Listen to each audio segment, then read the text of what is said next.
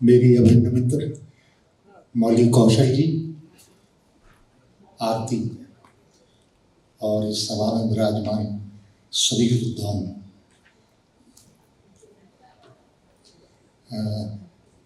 क्षमा करिए मैं थोड़ा सा डरा हुआ हूँ। डर मुझे इसलिए लगता है कि इतने भारी भरकम विद्वानों के बीच में मैं कभी आने का साहस नहीं कर पाया। तो कुछ बातें जो बड़ी प्राइमरी सी हैं वही जानता हूँ, वही करता हूँ 30-35 साल। तो आपके सामने निवेदित करूँगा। मैं नहीं जानता कि वो आपको कैसी लगेंगी। अब ये आरती अभी कह रही थी कि ये वाचिक शब्द कहाँ से आया। तो एक बार विद्या निवास मिश्र के साथ बैठा था मैं, तो मेरी बातचीत उनसे हो रही थी। तो मैंने उनसे सवाल रखा कि देश भर में मैं बोलने जाता रहता हूँ, तो मुझे लोग हर बार एक प्रश्न से बड़ा तंग करते हैं कि ये लोग क्या है, तो आप कुछ बताइए मुझे। तो उन्होंने मुझसे कहा था तुम कह दिया करो वो एक वाक केंद्रित परंपरा है। तो मैंने कहा ये तो और जटिल बता दिया पंडित जी, अब ये बताओ उनको कि वाक केंद्रित क्या है, फिर लोग क्या है। तो उन्होंने कहा तुम इतने दिनों से काम कर रहे, तुम खुद क्यों नहीं सोचते हो कि लोग क्या है। तो फिर वो एक मेरे दिमाग में आया था, वो बहुत जगह मैंने देश दुनिया में बोला है। दरअसल भारत में लोग जो है वो मात्र अधिष्ठान है। मात्र अधिष्ठान आप समझते होंगे, धरती, प्रकृति, स्त्री, नदी, गाय और माता, ये 6 मात्र अधिष्ठान हैं। ये जहाँ तक विस्तारित हैं वहाँ तक भारत में लोक का बोध और लोक की चेतना विस्तारित है। क्यों कहते हो तुम नदी माता, क्यों कहते हो तुम गाय माता, क्यों कहते हो तुम धरती माता, क्यों कहते हो तुम प्रकृति माता। और एक भाषा है जिसको तुम मातृभाषा कहते हो और किसी भाषा को तो कहते ही नहीं। और कमाल तो ये है कि उसको जानने सीखने के लिए ना कोई स्कूल होता है, ना कोई शिक्षक होता है, ना पाठशाला होती है, ना पाठ्यक्रम होता है। और संसार का हर आदमी, वो चाहे जहाँ रहता हो, सुदूर अरण्यों में, वो एक भाषा जरूर जानता है जिसको वो अपनी मातृभाषा कहता है। और उसके अर्थ, उसके अंतरतम में जितने गहरे होते हैं, दुनिया की कोई भी भाषा वहां तक गति नहीं कर सकती, ये संभव ही नहीं। तो ये मात्र अधिष्ठान जो है ये लोक है, और ये सदा सदा से भारत में वाक की एक चेतना पे खड़ा है? वो चेतना जिसको मैं वाचिक कहता हूँ। वाचिक का अर्थ बोला। मैं बहुत लोगों से कहता हूँ मुझे केवल एक बात बता दीजिए कि इस धरती पे मनुष्य ने ज्ञान के रूप में अपने लिए सबसे मूल्यवान जो कुछ माना, जिसको करोड़ों लोग संसार में फॉलो करते हैं, वो कहा गया है कि लिखा गया है।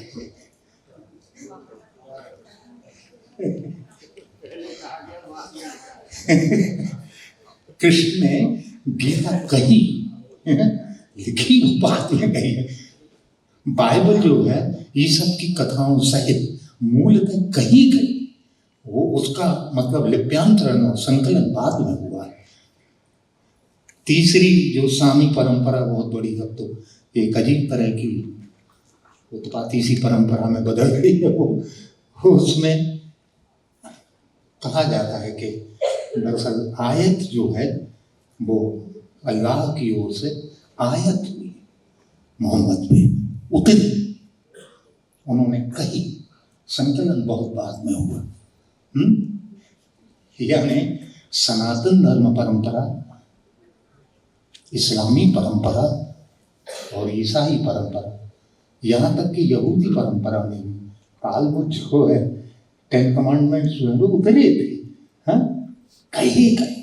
ये कहने में क्या होता है, बड़ी अजीब सी बात है।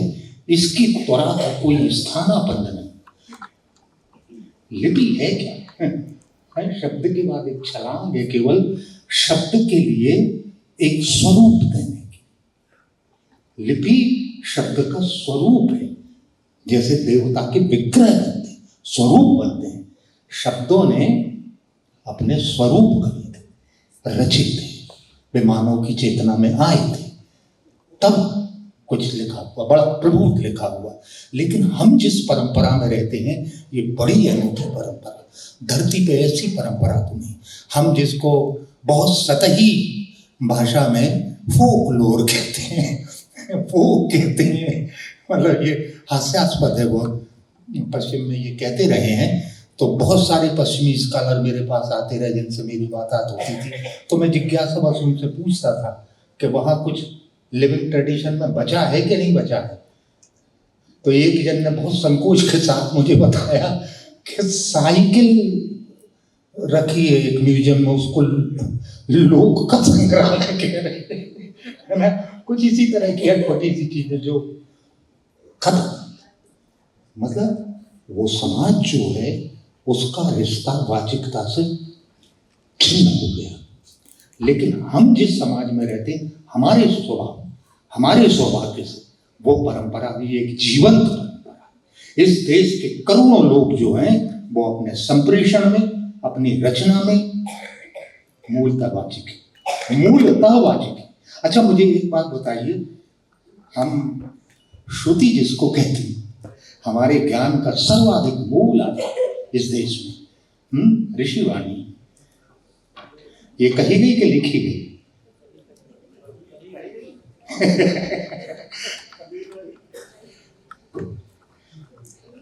हम तो वो काल तक नहीं जानते हैं कि वो कंठाग्र में कितनी सदियों तक रही, और इसके बाद उसके पाठ बनाए गए हैं। इतनी महिमा है शब्द की। और लोग, वो तो जीवन की पाठशाला है, उसमें तो सारा काम शब्द से ही चला है। क्रोध व्यक्त करना हो, प्रेम व्यक्त करना हो, दुख व्यक्त करना हो, निराशा व्यक्त करना, शब्द हमारे सह्याद्री रहे हैं। मैं 35 से 40 साल पहले जब लोक में काम करने आया, तो सबसे पहले दिखने वाली चीज परफॉर्मिंग आर्ट, तो भाई लोग के जो नर्तन हैं, नाट्य हैं, गाथा गायन, ये सब चीजें। लेकिन धीरे धीरे मुझे पता चला कि दरअसल दो अंतर संबंधित परंपरा का नाम है। शब्द की परंपराएं अंतर संबंधित है, तो उसमें ज्ञान तक की एक यात्रा होती है। मनुष्य नाचता है लोक में, क्या उन नृत्यों का कोई व्याकरण है? क्या उसका कोई गुरुकुल है? क्या उसकी कोई पाठशाला है? तो इतने अचूक तरीके से सैकड़ों वर्षों से, सैकड़ों शैलियों में भारतीय लोक और जनजाति समुदाय उन नृत्यों को कैसे कर रहे हैं? ये वाचिकता, वो शक्ति जो पीछे काम कर रही है वो वही है। बिना भूल चूक के आज भी पिछले 1000 वर्षों की परंपरा में राजस्थान में घूमर जैसे होता था, वो आज भी है। गुरुकुल कोई नहीं। मालवा में माच होता है, लोकनाट्य, 4 अखाड़े थे, उसके अखाड़े कहते, दरअसल गुरुकुल ही कह लीजिए उनको एक तरह से। उनकी परंपरा में जो नाट्य पाठ थे वे पूरे वाचिक थे, वे लिखे बाद में गए। हैरत, टोटल थिएटर राजस्थान में ख्याल, उनके सारे पाठ वाचिक हैं, वे लिखे नहीं गए, और उनको परफॉर्म करते रहे हैं सैकड़ों वर्षों तक लोग। हुकुमराज खिलाड़ी जैसे महान लोक कलाकार, मतलब जो स्त्री वेश करने के विशेषज्ञ थे, आप पहचान नहीं सकते थे कि हमारे सामने जो ख्याल पेश हो रहा है इसमें स्त्री का पात्र, स्त्री की भूमिका करने वाला पुरुष है, पहचान ही नहीं सकते थे उस दक्षता के साथ। एक भी पाठ लिखित नहीं। आप गाथाओं में आ जाइए, पाबू जी की पढ़ गाई जाती है, कही जाती है या लिखी गई है। सबसे पहले मैंने उसका पाठ 25-30 साल पहले तैयार करवाया महेंद्र भानावजी से, अभी वो शांत हुए हैं।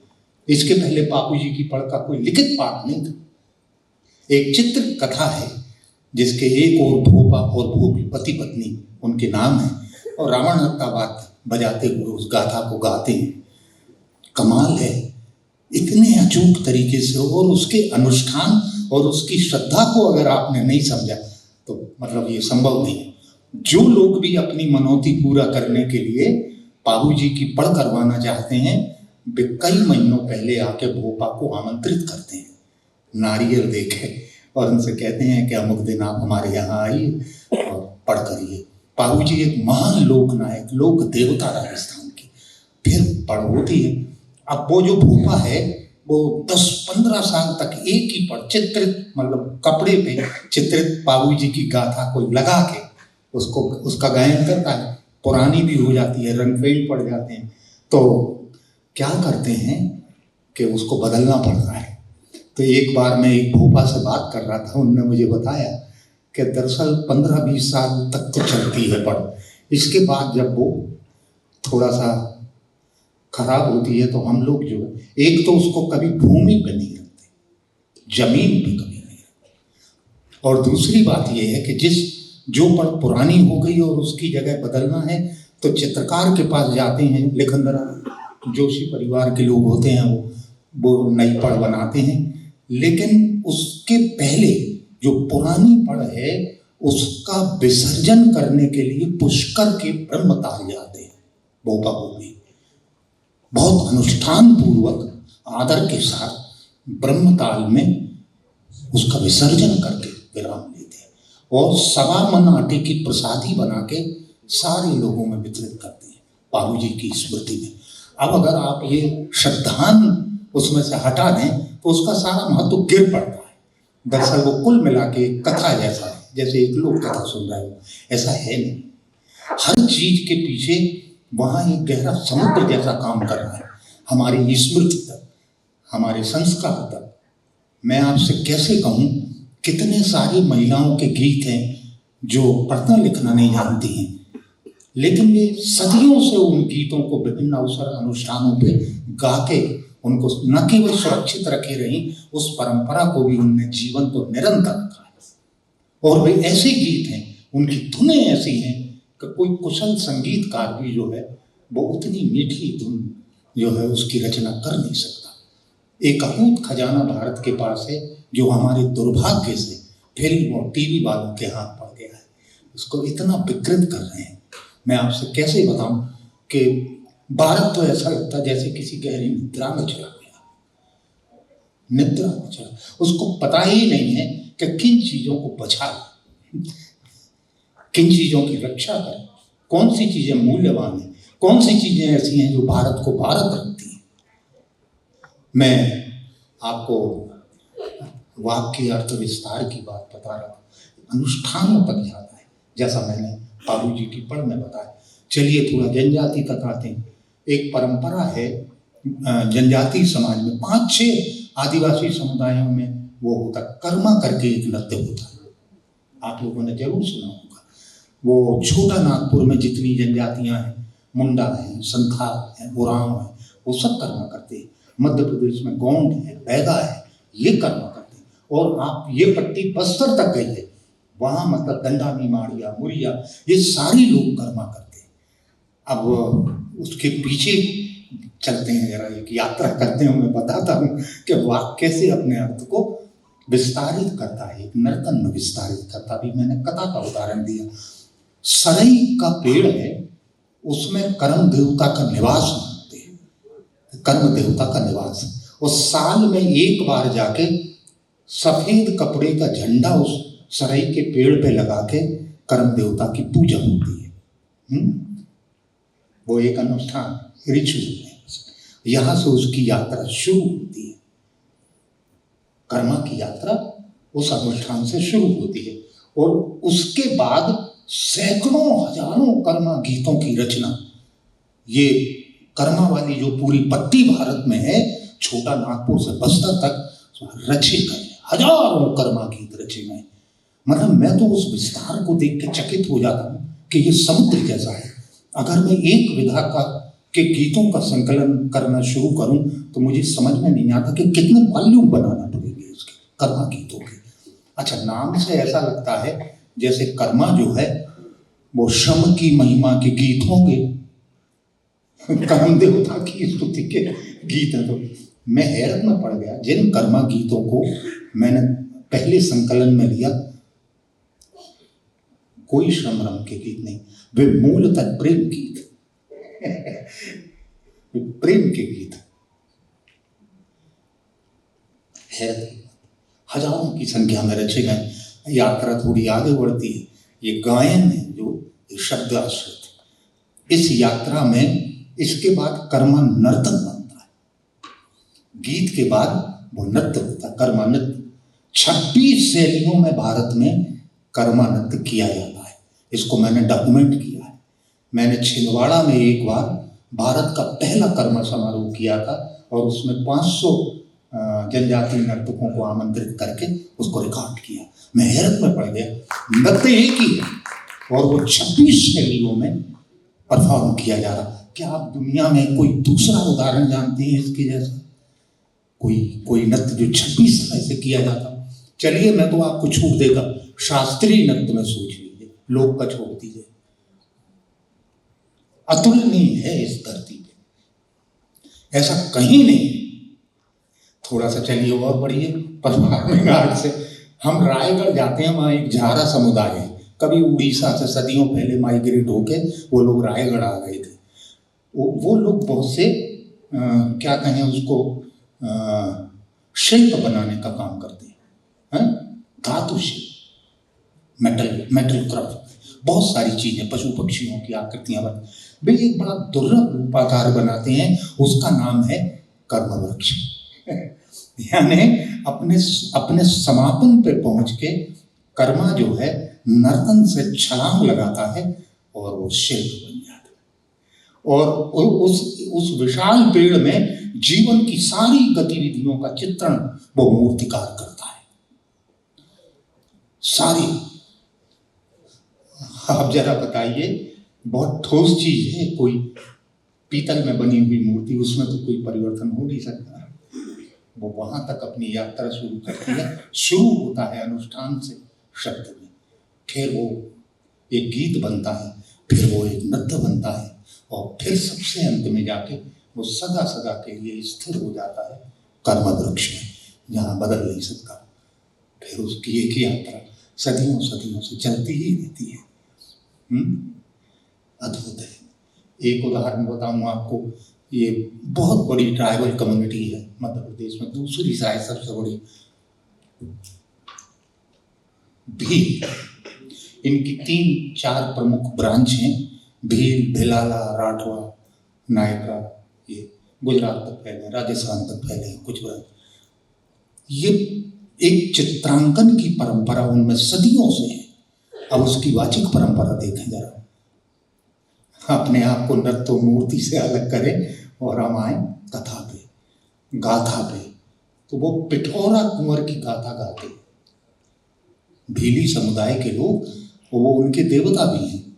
मनौती करते हैं कि अगर फलाना काम हो जाएगा, फलानी हमारी मन्नत पूरी हो जाएगी तो हम पिठौरा करवाएंगे। जब ऐसा हो जाता है तो पिठौरा करवाने के लिए वो अपने समुदाय के पुजारी, जिसको वो बड़वा कहते हैं, उसको आमंत्रित करते हैं। बड़वा आता है उनके घर में और पिठौरा का अनुष्ठान पूरा करवाता है। पहले आह्वान करता है कि मतलब आपकी आज्ञा अगर हो तो हम पिठौरा का गायन और चित्रांकन ये कर रहे हैं। और कमाल की बात यह है, कभी घर की बाहरी दीवार पे नहीं बनता पिठौरा। पिठौरा सदा घर की भीतरी दीवार पे बनता, जहाँ गाथा गाई जा रही है। अनुष्ठान पूरा करने के बाद बड़वा जो है गाथा का गायन शुरू करता है और जब वो गायन शुरू करता है तभी उस समुदाय में चित्रकारी का काम करने वाले लोग, जिनको लिखंदरा कहा जाता है, वो आके उस दीवार पे पिठौरा कुंवर की गाथा का चित्रांकन शुरू करता। ठीक उसी क्षण इस धरती पे मैं दूसरी ऐसी किसी परंपरा को नहीं जानता जो गाई जा रही हो, ठीक उसी क्षण वो चित्रित भी की जा रही हो। क्या आप जानते हैं? ये वाचिकता है। हाँ? मेरे दिमाग में इतने सारे फार्म और इतनी सारी चीजें गट्टबट्ट करने लगती कि मैं समझ नहीं पाता कि मैं कहाँ से शुरू करूँ और कहाँ आपको उसका कुछ समापन सा कर दूँ। मेरे कहने का मतलब है, वाचिकता का एक अर्थ तो हम जानते हैं। एक तो बड़ा सतही अर्थ था जिसको 40 वर्ष पहले जब मैं विद्यार्थी था तो पढ़ा करता था कि ये जो मौखिक शब्द परंपरा है, ये मतलब इसको वाचिक, यानी जो कहावतें, पहेलियां, मुहावरे, कथाएं, गाथाएं, हाँ, गीत, ये इसको कहा जाता था।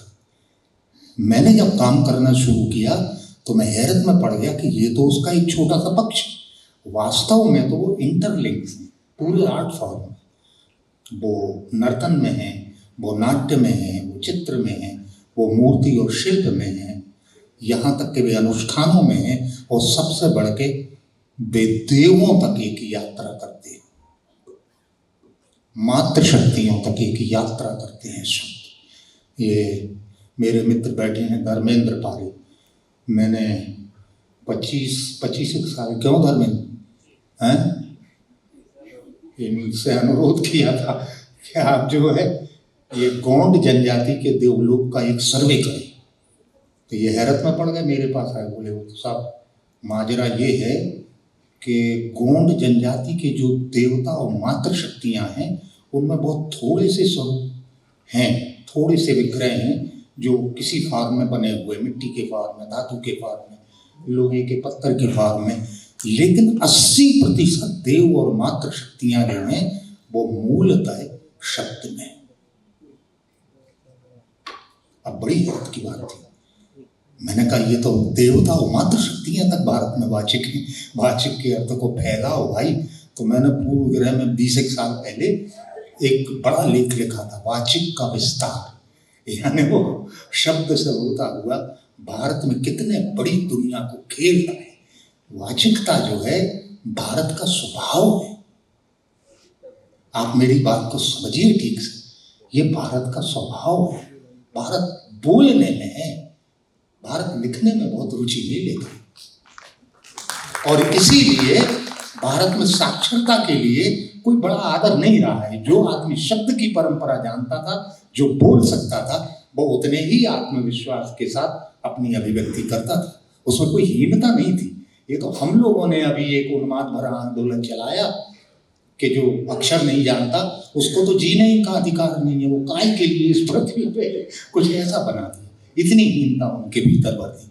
हम शब्द की परंपरा का कोई सम्मान नहीं करते, उसका कोई महत्व तो नहीं जानते। मैं बहुत सारे लोगों से कहता हूँ जो अक्षर के आंदोलन से जुड़े थे, मेरे पास आते थे, मैं कहता था मुझे एक बात बताओ, मैं तीजन बाई जो पंडवानी गायिका है उनको पहली बार 35 साल पहले भोपाल लाया था, वहाँ गनियारी से दुर्ग के पास। महाभारत की गाथा गाती थी वो छत्तीसगढ़ी में, उसको पंडवानी कहते हैं। तो वो हस्ताक्षर करना नहीं जानती थी, तो जब हम लोग पेमेंट करने के लिए उनके पास ले जाए तो बहुत शर्माती थी। वो कहती थी कि साहब को हमें तो, हम दस्तखत करना नहीं जानते, तो अंगूठा लगाती थी। तो मैंने उनको पहली बार उनके नाम का हस्ताक्षर करना सिखाया था। यानी अक्षर की परंपरा में इतनी मजबूरी में मैं उन्हें ले गया था, मेरा बस चलता तो कभी नहीं करता। कमाल तो ये देखिए कि महाभारत के 18 सर्ग उस बिना बिना बिना पढ़ी लिखी स्त्री को कंठस्थ थे। 18 पर आप सब पढ़े लिखे साक्षरता की परंपरा के लोग, उच्च शिक्षित हैं, जरा मुझे बताइए तो एक पर्व भी आपको महाभारत का याद है? एक 18 की तो बात छोड़ती है। कितने स्मृतिहीन लोग हैं हम, हमने तो अपना सब कुछ खो दिया। लेकिन जो भारत अक्षर में नहीं गया था उसने अपने भारत होने को कितना बचाया है, इसके मूल्य को हम जानते हैं। इसलिए हमने सदियों तक उन लोगों का इतना निरादर किया। हमें तो लगता था कि हमें सिखाना है, वे हमें क्या सिखाएंगे। मैं तो आपसे कैसे बताऊं, ऐसा लगता है कि भगवान इस जहाँ काम कर रहा था उसने मुझे सिर्फ एक जन्म दी, और अगर एक जन्म दिया था तो इसके समय को बहुत बढ़ाते था, है ना, जीवन बहुत बड़ा हो जाता, या फिर लाता ही नहीं यहाँ, मुझे पता ही नहीं चलता। मैं भी दूसरे भारतीयों की तरह मान लेता कि मैं खूब जानता हूँ। पहली बार जानने का दम्भ टूटा था जब मैंने उस समुद्र को देखा था, जो मतलब बोलने से लगा के ज्ञान तक विस्तारित और नर्तन से लगा के अनुष्ठान तक विस्तारित, जो देव और मातृशक्तियों तक चला जाता है। उसकी महिमा को मैंने पहली बार समझा था कि भारत में शब्द का क्या मतलब है। तब मैं इस सरलीकरण से पहली बार मुक्त हुआ था कि दरअसल बोले गए शब्द की परंपरा का नाम वाचक है, दरअसल भारत की आत्मा का नाम वाचक है। भारत उसी में निवास करता है। सबसे सहजता में जो कुछ बोला जाता है सच्चा है, उसमें कमाल है। लेकिन मुश्किल तो ये है कि इतने भ्रष्ट और बेईमानी भरे समय में हम लोग रहते जीते हैं। हम सच्चाई को देखना, सच्चाई को सुनना और सबसे दुर्लभ तो सच्चाई को जीना भूल ही चुके कुछ है। मेरा सौभाग्य था कि मुझे एक ऐसा जीवन भगवान की कृपा से देखने मिला। बहुत सच्चे लोग, बहुत सच्चा जीवन, बहुत सच्चा रहना, बहुत सच्चा जीना, और अपनी शर्तों पे बिना किसी की निर्भरता के, वो एक स्वायत्त समाज है, वो एक स्वावलंबी समाज है। हाँ आपने कभी ग्रामीण क्षेत्रों में, जनजातियों में कोई थाना देखा है, कोई जेल देखी है, कोई पुलिस देखी है? बिना उसके वे समुदाय सैकड़ों हजारों वर्षों से कैसे एक सामाजिक अनुशासन में है। हमारे लिए तो संविधान लिख दिए गए, कानून बना दिए गए, इतनी बड़ी पुलिस फोर्स है, इतनी जेलें बना दी गई। हम मर्यादा में रहते हैं या हर क्षण मर्यादा को तोड़ते हैं। हम तो इसी प्रयास में लगे रहते हैं कि ठीक है आज ये कानून बना, कल से इसकी तैयारी करते हैं कि इसका उल्लंघन कैसे हो सकता है। और कमाल की बात है, जिन रीति रिवाजों को, जिन मान्यताओं को वो लोग समाज के लिए जरूरी मानते थे, वे कभी लिखी हुई तो नहीं थी और ना उनको कभी तोड़ते थे। कमाल। जो कुछ तुमने लिख के रखा है अपने सिर पे, उठाए फिरते हो, उसकी एक बात नहीं जीते, उसकी एक बात नहीं मानते। ऐसा तुम्हारा जीवन है। तुम्हें नियंत्रित करने के लिए तो पुलिस फोर्स समाज में जरूरी होती है। तुम इतने अमर्यादित आदमी हो।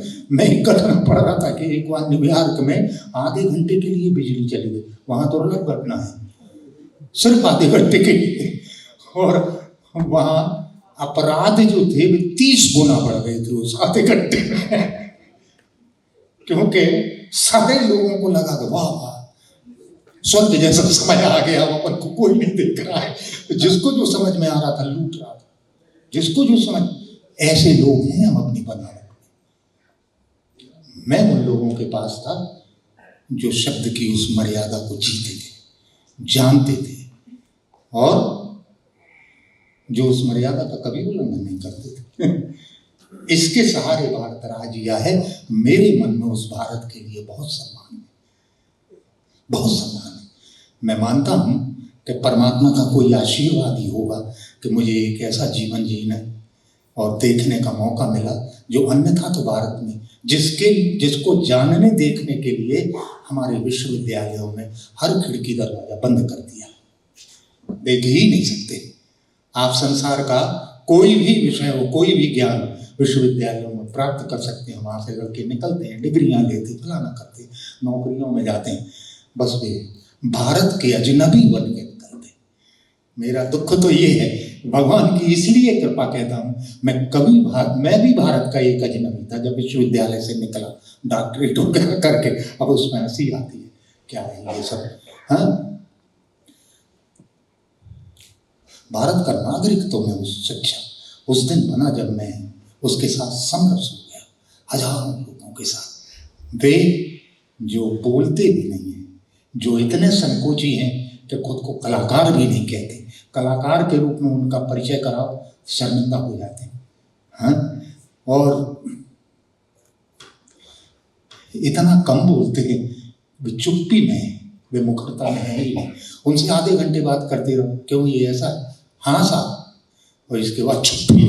अब आप उसके अर्थ लगाते रहो, इतना कम। यानी मुखर। मैं कभी कभी सोचता हूँ, क्या सचमुच में मनुष्य के लिए इतने शब्दों की जरूरत है जिसके लिए विराट कोश बना लिए गए। ऑक्सफोर्ड डिक्शनरी में क्या 10 लाख शब्द जोड़ा गया है? क्या कर रहे हैं? क्या ये सच है कि एक सच्चे जीवन के लिए इतनी भाषा, और इतने शब्दों की जरूरत नहीं होती है, नहीं होती। बोझ है, भाषा के ऊपर भी बोझ है। उन लोगों को देखा मैंने जो चुप्पी में थे और जिनके सुख दुख बहुत बहुत मुश्किल से ही समझ पाते थे, अभिव्यक्ति भी बहुत कम थी।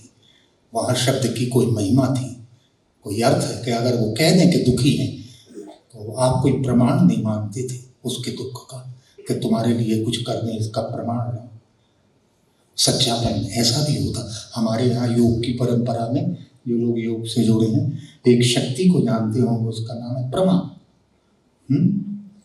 हमारे अंतरतम की वो शक्ति जो अंतरतम से जिसका एक सिरा जुड़ा होता है, एक बुद्धि से जुड़ा होता है, और अगर साधना आगे बढ़ती चली जाए तो समाधि पाद के प्रथम अध्याय में पतंजलि ने लिखा कि अगर वो गहरा हो गया और